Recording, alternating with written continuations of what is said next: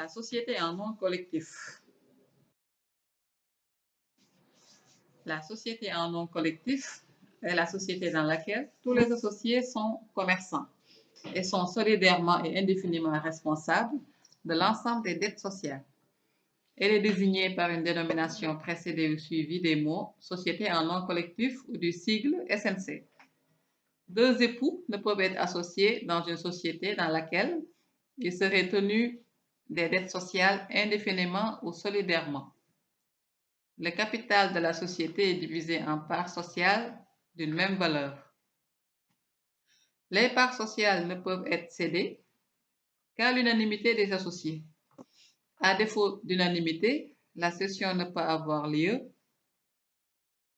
mais les statuts peuvent permettre le rachat par les autres associés des parts de l'associé cédant. La cession doit être écrite. Elle est opposable à la société après l'accomplissement de l'une des formalités suivantes.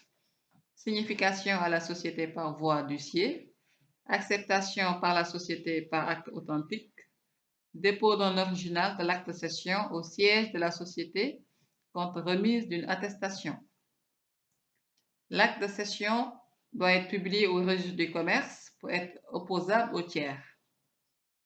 Les créanciers de la société ne peuvent poursuivre un associé pour le paiement des dettes que 60 jours au moins après avoir vainement mis en demeure la société par acte d'huissier.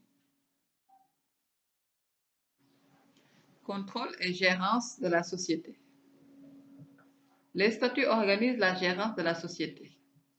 La société peut être gérée par un gérant associé ou non associé, personne physique ou personne morale, qui accomplit des actes dans l'intérêt de la société. À défaut d'organisation de la gérance par les statuts, tous les associés sont gérants. Dans les rapports avec les tiers, le gérant engage la société par les actes entrant dans l'objet social. Sa rémunération est fixée par les associés majoritaires. Si le gérant associé est désigné par les statuts, il ne peut être révoqué qu'à l'unanimité des autres associés. Le gérant qui n'est désigné par les statuts, qu'il soit associé ou non associé, ne peut être révoqué qu'à la majorité en nombre et en capital des autres associés. Si le gérant est révoqué sans juste motif, il obtient des dommages et intérêts. Si tous les associés sont gérants, ou si le gérant est désigné par les statuts, la révocation de l'un d'eux entraîne la dissolution de la société, à moins que les statuts prévoient la continuation ou que les associés ne la décident à l'unanimité. Chaque année, une assemblée générale annuelle est tenue dans les 6 mois qui suivent la clôture de l'exercice. Elle se tient si elle réunit la majorité des associés qui ont la moitié du capital, sinon elle est nulle.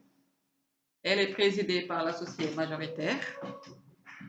L'assemblée générale porte sur la gestion du gérant, les états financiers de synthèse.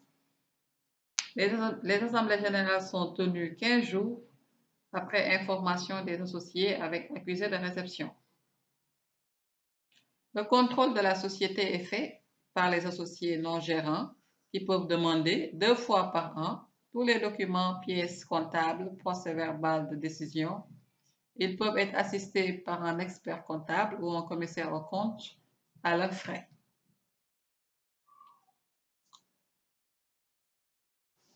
La fin de la SNC. La société en nom collectif prend fin par le décès d'un associé.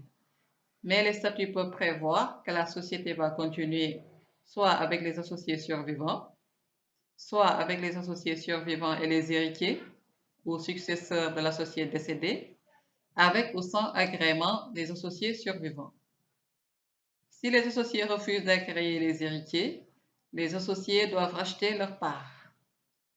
En cas de continuation avec les héritiers mineurs, non émancipés, ceux-ci ne seront responsables qu'à hauteur de leur apport. Et la société doit être transformée en société en commande simple dans un délai de 1 an à compter du décès. Sinon, la société est dissoute.